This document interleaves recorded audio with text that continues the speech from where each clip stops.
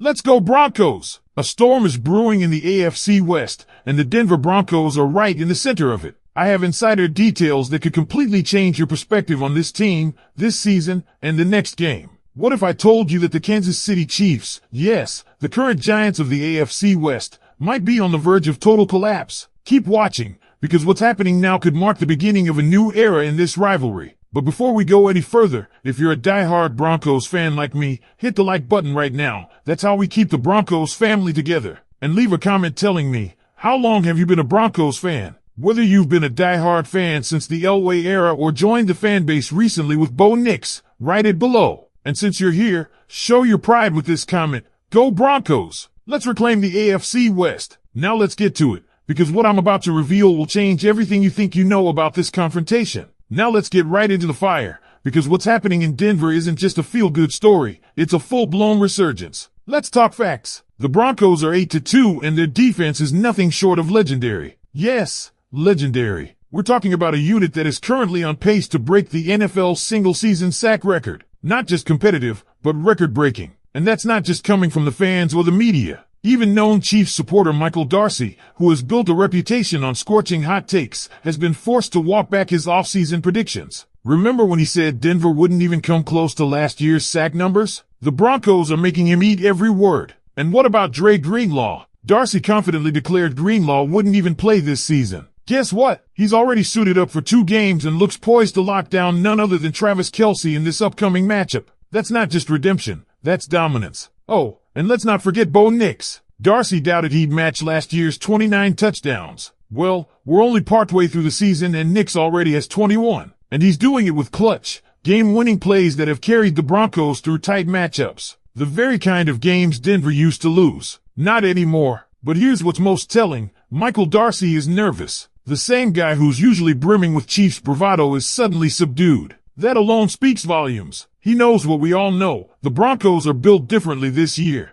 This team is physical, it's disciplined, and it's loaded with talent that's finally clicking under Sean Payton. While Payton may say there are bigger games ahead, make no mistake, this one feels like the Super Bowl for Broncos country. And don't underestimate the psychological edge. Patrick Mahomes was hit 15 times and sacked 3 times by the Bills, a defense that is statistically inferior to the Broncos. Now he's staring down a Broncos front that's more vicious, more consistent, and more complete. Mahomes will need to unload the ball fast, because if he hesitates even a second, he's going down. And as every fan knows, sacks aren't just highlight plays, they're drive killers. That's how you beat elite quarterbacks. You disrupt them early, and you keep the pressure on. Let's not overlook the Chiefs' offensive issues either. This isn't the explosive, invincible unit we saw in 2022. They're ranked 24th in total offense this season. That's not a typo. 24th. They've struggled to finish drives, they've lacked consistency, and when games have come down to the wire, they've folded. The Chiefs feel like the Broncos of last year, and the Broncos feel like last year's Chiefs. It's a total role reversal. Meanwhile, Denver's winning formula is no mystery. Gritty defense, just enough offense, and cold-blooded execution in high-pressure moments. Walk-off field goals? Check. Fourth quarter comebacks? Check. A quarterback who keeps his cool under fire? Absolutely. Bo Nix might not be lighting up the stat sheet like he did as a rookie, but when the game's on the line, he's making the plays that matter. And let's talk about personnel. While the Chiefs may get left tackle Josh Simmons back, it's a gamble. He hasn't played in a month and he's coming off personal leave with vague details swirling around. Against a Broncos front featuring Nick Benito and a relentless defensive line, Simmons could easily be a liability more than an asset. One misstep and Mahomes is picking turf out of his helmet. On the other hand, Broncos cornerback Pat Certain, though questionable, is showing Wolverine-level recovery from a pectoral strain. He's already back doing push-ups and teasing a return. That's elite mentality. If he suits up, Rashee Rice might be in for a long, quiet day. And even if Certain doesn't play, Denver's defensive depth has already proven they can bottle up Mahomes. And let's be real, Vance Joseph has figured out how to frustrate Mahomes. In their last 4 matchups, the Chiefs haven't scored more than 19 points against his defense, and they even got shut out once. That's not luck, that's preparation and scheming. Darcy said it best, it's not some secret formula. It's elite pass rush combined with disciplined coverage. That's what wins games in November and December. Because here's the thing, if the Broncos win this game, it doesn't just mean they're ahead in the AFC West standings. It means they've officially dismantled the Chiefs' mystique. For the past 7 seasons, Kansas City has ruled the division like a dynasty in full control. But those days may be over, and it's not just because the Broncos are finally playing elite football. It's because Kansas City is showing cracks, big ones. Let's dig into the cold truth. The Chiefs are no longer invincible. Their offense, once a machine that could drop 30 on anyone, is sputtering. No identity, no rhythm, and certainly no fear factor. When your wide receivers can't separate and your offensive line can't protect, not even Patrick Mahomes can save you. That's what we've seen: sloppy games, unforced errors, and now they're admitting it. Darcy himself said it. The Chiefs locker room is talking about energy, about needing a spark. That's desperation. That's not confidence. That's a team trying to remember who they were.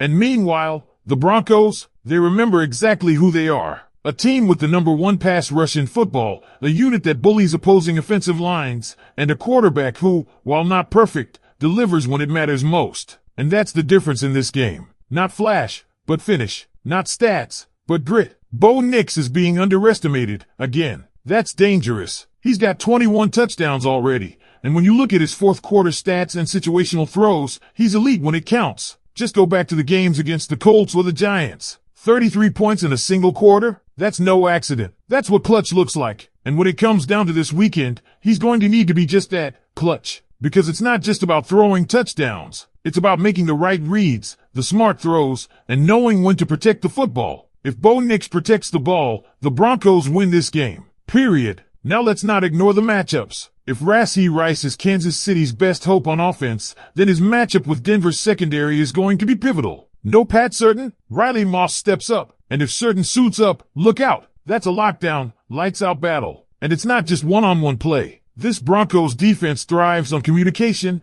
disguised coverages, and pressure from everywhere. Mahomes won't know where it's coming from until it's too late. As for Kansas City's run game, Isaiah Pacheco likely won't even play. He hasn't practiced and is nursing a sprained MCL. And even if he did suit up, Andy Reid isn't going to run the ball. He's going to rely on Mahomes. That's a dangerous gamble when your QB is getting hit more than ever and your left tackle is coming off a month-long layoff. And let's be honest, Simmons might be the starter, but he's walking into a war zone against Benito in that front. If Denver's defensive line dominates like they have all season, Mahomes is going to spend more time on the ground than in the pocket. And while the national media is still acting like this is just another game for the Chiefs, in Denver, it's everything. This is the test. This is the moment Sean Payton was hired for. He knows it, the players know it, and the fans definitely know it. And that's what makes this game dangerous for Kansas City. Because Denver isn't just chasing a win. They're chasing respect, revenge, and the division crown. And for once, they've got the roster to back it up. Look at how Denver has won this year. They're not flukes. These are battles. Close games, grinded out drives, bend but don't break defense, and laser focus in critical moments. That's what playoff football looks like. And if you think the Broncos are just lucky to be here, you haven't been watching. They've earned every win. They've fought through injuries, doubts, and the weight of years of underperformance. And now, they're here. So, let's circle back to what matters. This game could define the season. A win here puts Denver on a path not just to the playoffs, but to host a playoff game. A win here silences every critic who said this team couldn't compete. A win here proves that the Sean Payton era isn't about rebuild. It's about reclaiming what's ours. The AFC